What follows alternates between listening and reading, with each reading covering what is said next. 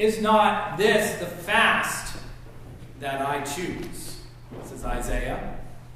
Is not this the fast that I choose, to loose the bonds of injustice, to undo the thongs of the yoke, to let the oppressed go free? Is it not to share your bread with the hungry and bring the homeless poor into your house? Is this not the fast that I choose? So this Pillars of Islam series has been going on for 3 weeks. This is the 4th. And this is actually the first sermon that I have done for it. But I have been here for 2 out of the 3, so I do know what's going on.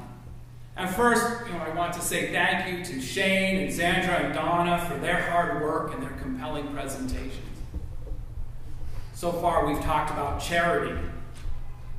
We've talked about prayer.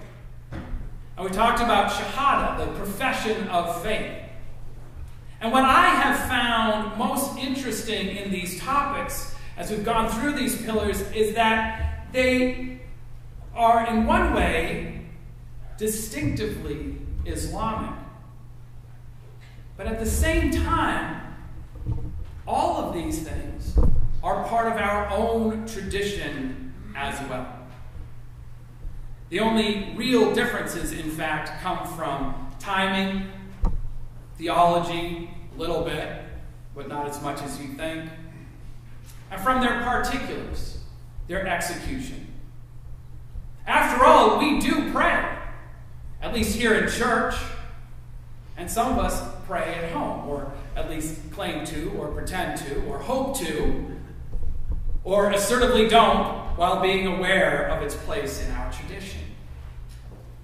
So we are familiar with the concept. However, we do tend to be amazed by the possibility of praying 5 times a day, as the Muslims attempt to do every day. Also, we donate both our money and our time to causes and to various communities. It's just strange to us to witness the large and forceful mandate in the Islamic tradition. And also, just as Muslims do, we too try to act in the world out of a depth of conviction. Convictions formed, challenged, and strengthened by the liberal faith tradition we are a part of, and by the community, the congregation we call our spiritual home. You see, we too have our own professions of faith. And now, just as with the pillars we have already discussed, we also find that we are familiar with the concept of fasting. We may not do it very often, or maybe at all. How many of you have actually fasted? There we go. That's good. That's actually a pretty respectable number. But certainly those who haven't have also thought about it. It's part of our tradition. It's part of the stream. And because it is part of our theological and spiritual stream, we have taken advantage of the spirituality behind it. Perhaps more than we might think. At church, of course, there are the obvious echoes of the practice in our own Lenten traditions and disciplines. And fasting goes back, as we have noted today, at least as far as the Bible itself, in those words from Isaiah and elsewhere. But still, of all the pillars, this one may seem to be the strangest one to us, simply because of the central role that food and meals play, both in our physical survival and our cultural survival.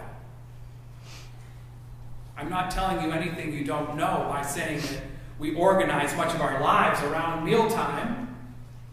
After all, Sunday afternoon is shopping day for me and Allison.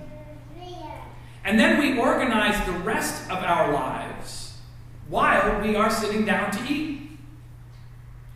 I remember, for example, of a clergy and civic group that gets all of its work done at this one annual lunch.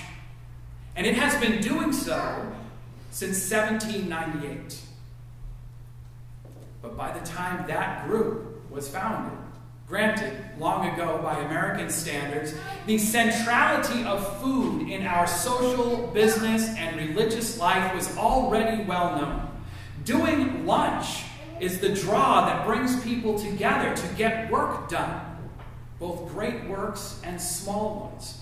Having dinner together is the goal of many a family, and we rejoice when we find the time to achieve that goal.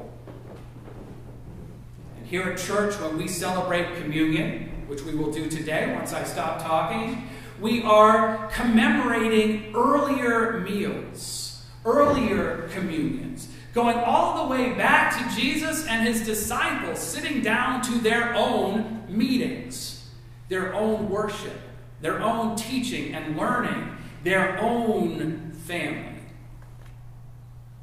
And even when we don't have communion, because as you know, we have that once a month. Even when we don't have communion, we have what is sometimes referred to as the Unitarian communion of coffee hour. It's sacred in a way. These meals are constant in our lives. So the idea of worship without the institution of some kind of meal, which is what the fasting pillar requires during the month of Ramadan, is a strange idea to us. And I suspect that it's a strange idea to Muslims too, which is what makes it special. It's what makes it special. Just as we give something up for Lent, if we take away something, like food, something important that calls people together to meet and to connect, to worship and converse, then we must find something to take its place. And if you do that purposefully, for religious and spiritual reasons, what replaces the meal is religious and spiritual too. Fasting helps people to realize that God, or the divine, or the transcendent, or our shared humanity, or whatever name you want to use, it helps us to realize that what draws us together is something more, something greater than carrot cake and coffee. Although I should say today we're having lemon bars, which I at least am looking forward to. Fasting, at least fasting in the corporate sense, in the sense of a community fasting, can make us recognize what we already know intuitively. For example, every once in a while, over the last 13 years, and blessedly few times, over the last 13 years that I have been at this church, I have ended up attending coffee hour on days when the person who was supposed to bring the munchies forgot or didn't make it to church. And on some of those dark days, we also couldn't make the coffee maker make coffee like it's supposed to. But you know what? Every time this happened, we still stood around in the parlor, hanging out with each other for just as long, and as happily as we usually do. No, I just walked straight home. Except for Desmond. The goal is to make a space. The goal is to make a space, to push away all the random stuff that fills up our lives, to make room for the Spirit, to make room for the divine. Fasting, like other rituals in the church, isn't done for its own sake, but instead it points to something greater. It points to something higher. And perhaps that is why, even though most of us think of it solely in terms of food, Isaiah presents us with that different idea. See, for Isaiah, the goal isn't to starve ourselves, separating us from the very thing that keeps us alive, drawing us inward in our pain and discomfort. No, instead, it reminds us of our connections, reminds us to share our bread with the hungry, as he says. So that in Isaiah's words, our light will break forth like the dawn, and healing shall spring up quickly.